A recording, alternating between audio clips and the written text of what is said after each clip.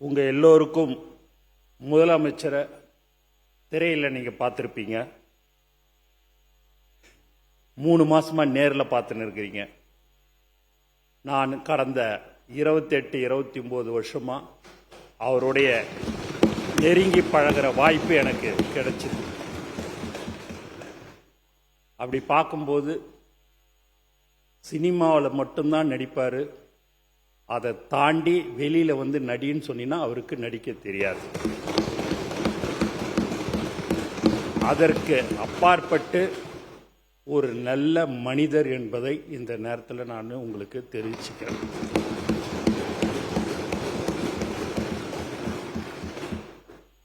ஏன்னா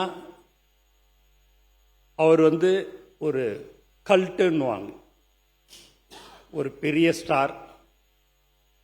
அந்த ஸ்டாராக இருக்கிறோமே அந்த மாதிரியான ஒரு எண்ணங்கள் எப்போதுமே அவருக்கு இன்னைய வரைக்கும் ஒரு முதலமைச்சர் ஆன பிறகு கூட சரி அந்த ஒரு நினைப்பே அவருக்கு இல்லை.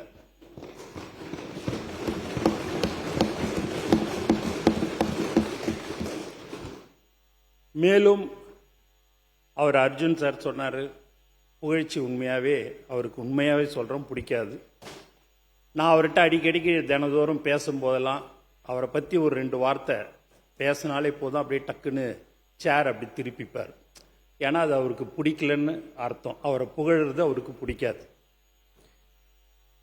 ஏன் இதெல்லாம் நான் சொல்கிறேன் அப்படின்னா, நான் ஒரு சாதாரண ஆள். ஒரு சின்ன ஊரில் பாண்டிச்சேரியில் ஒரு சட்டமன்ற உறுப்பினராக நான் இருந்தேன். அங்கெல்லாம் உங்களுக்கு தெரியும், ஒரு கவுன்சிலர் அளவுக்கு தான் அந்த ஓட்டு அங்கெல்லாம் இருக்கும். அங்கெல்லாம் இருந்துட்டு எனக்கு இங்கே ஒரு வாய்ப்பு கொடுத்து இன்னைக்கு நான் ஒரு அமைச்சராக இருக்கிறேன்னா அவரை தவிர வேற யாராலையும் அதை வந்து செய்ய முடியாது.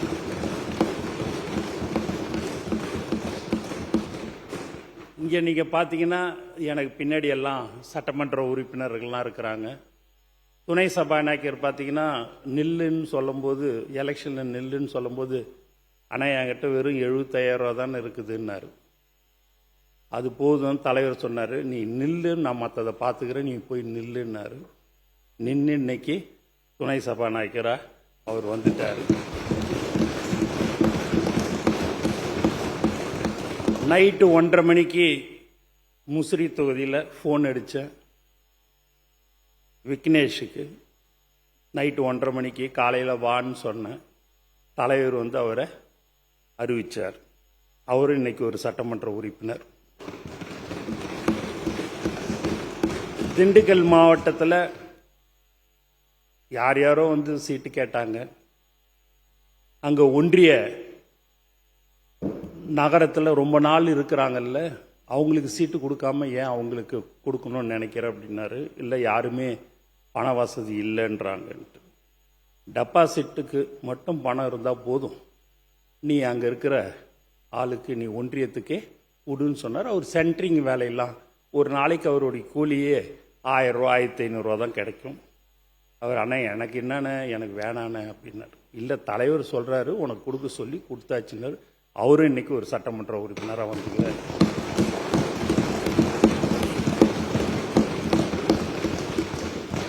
ஜாதி, மதம், பணம் எதுவுமே இந்த தேர்தலில் எடுபடலை.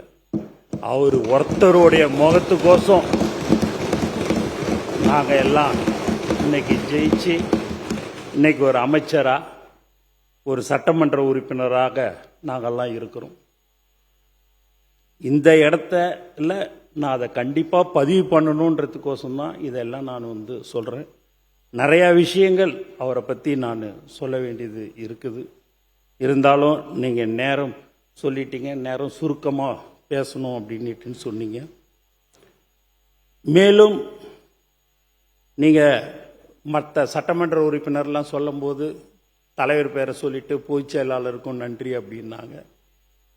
இதே வேற ஒரு தலைவர் கிட்ட இருக்கும்போது என் பேரெல்லாம் அதுமாரி சொன்னாங்கன்னா அடுத்த நாளே அந்த பதவி இருக்காது.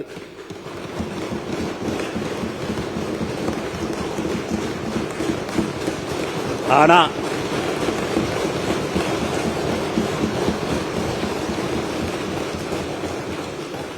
ஆனால் எனக்கு சொல்லும் போதே அந்த பேரை சொல்லும் போது என் பேரை சொல்லும் போதே நான் அப்படி ஒரு பயப்படுவேன்.